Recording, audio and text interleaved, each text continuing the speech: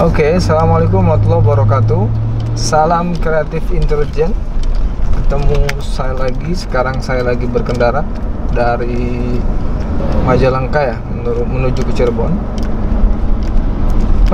Banyak sekali anak-anak muda sekarang salah arah dan salah langkah. Padahal sebetulnya anak muda itu paling gampang suksesnya, paling mudah. Ada apa anak muda begitu gampang dan mudah? Karena anak muda itu bisa multitasking.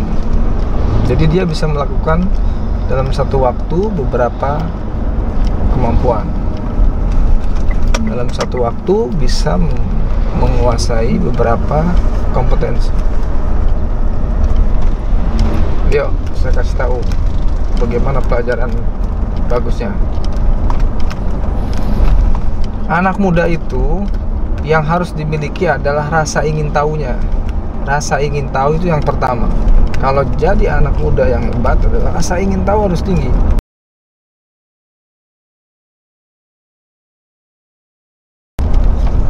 Ketika Anda tahu video, Anda harus rasa ingin tahunya lebih tinggi. Bagaimana ngeditnya, apa programnya, gimana belajarnya, kemudian seperti apa saya harus melakukan kegiatan belajar itu, mencari gurunya, mencari referensi dan sebagainya.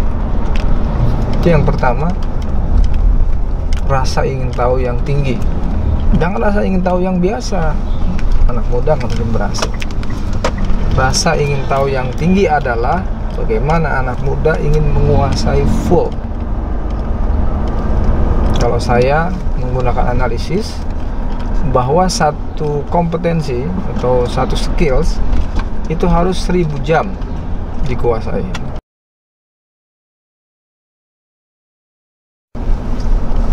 Coba bisa bayangkan kalau 1000 jam Anda menguasai misalnya videografi, videonya, editing dan sebagainya, 1000 jam saja pasti ahli di bidangnya. Jadi rasa ingin tahu yang lebih tinggi, yang tinggi ini adalah salah satu yang harus dikuasai, dimiliki anak muda.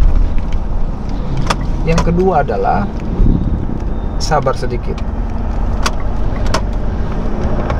Anak muda itu kelemahannya di sabar. Jadi dia kadang nggak bertahan orangnya. Baru menguasai ini ada masalah, udahan. Baru menguasai ini ada problem, udah. Ada sesuatu yang lebih menarik, yang itu tinggalin. Nah, itu anak muda. Makanya anak muda itu kadang sabarnya itu nggak punya gitu. Harusnya sabar sedikit lagi sabar. Makanya kalau anak muda nggak bisa sabar, maka cari mentor yang bisa mendidik supaya sabar. Sabar sedikit saja anak muda itu. Kalau sudah tua itu harus sabarnya banyak. Kenapa? Karena waktu dia tidak produktif lagi. Nah, kalau anak muda itu cukup sedikit saja sabarnya, nanti jadi orang. Kan kalau Anda menguasai kompetensinya 7, pasti orang yang memanggil Anda begitu banyak. Berarti Anda sudah menghabiskan 7000 jam untuk menguasai skills atau kompetensi. Jadi oleh karena itu yang kedua yang dimiliki anak muda adalah sabar sebentar. Jangan buru-buru bilang ini nggak bagus, ini nggak bisa. Jangan, sabar sebentar. Kuasai terus. Oke. Yang ketiga adalah namanya ngulik. Ini nih bahasa Indonesianya itu menguasai lebih dalam. Jangan luarnya, dalamnya juga. Gampangnya, kalau seandainya anak muda menemukan kegagalan, kejanggalan dan sebagainya, nikmati saja itu prosesnya. Karena diulik itu adalah satu konsep dari cara belajar paling jitu. Coba ketika gagal, anak muda bilang apa? Pasti dia bilang, wah kayaknya saya nggak cocok di sini. Bukan sebetulnya, harusnya begini. Ketika dia gagal, dia bilang, salahnya di mana ya? Nah, gitu. Nah, ketika salahnya di mana, maka dia akan terus berupaya untuk memperbaikinya. Ketemu di situ berarti dialah akan sukses berikutnya. Jadi yang ketiga yang harus dimiliki anak muda adalah ngulik. Jadi diulik, dikuasai lebih dalam, sehingga nanti ke depan penguasaan lebih dalam ini yang membedakan Anda dengan yang lainnya. Pembeda Anda dengan yang lainnya, saya bilang bahwa Anda memiliki diferensial, pembeda yang unik. Nah, karena itu berarti anak muda harus ngulik atau menguasai lebih dalam jika ingin berhasil.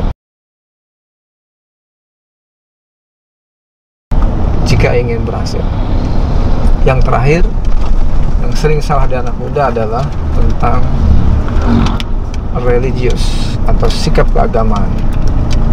Anak muda itu ketika dia menguasai sesuatu, melakukan sesuatu, dia berapi-api. Tapi ketika ada masalah, ada kejadian yang tidak dia sukai dan sebagainya, dia drop, dia susah move on, dia susah sekali untuk bangkit kembali. Peran agama, kedekatan kita dengan Allah itu menjadi penting bagi anak muda. Karena anak muda yang hebat adalah anak muda yang mengedepankan cintanya terhadap Tuhannya, cintanya terhadap nabinya. Jadi ukuran sederhana anak muda adalah kalau dia dekat dengan Tuhannya, juga dekat dengan nabinya, sudah bisa dipastikan dalam keadaan apapun dia akan kuat dan dia akan tangguh. Keempat inilah yang menurut saya anak muda harus kembangkan sampai kapanpun dan dimanapun. Maka saya prediksi anak-anak muda sekarang dengan penjelasan ini itu akan menjadi anak-anak muda yang cemerlang, agamis, dan juga maju serta rezekinya berkah. Salam kreatif intelijen. Saya Taufik Ridwan. Jangan lupa subscribe, like, and comment. Assalamualaikum warahmatullahi wabarakatuh.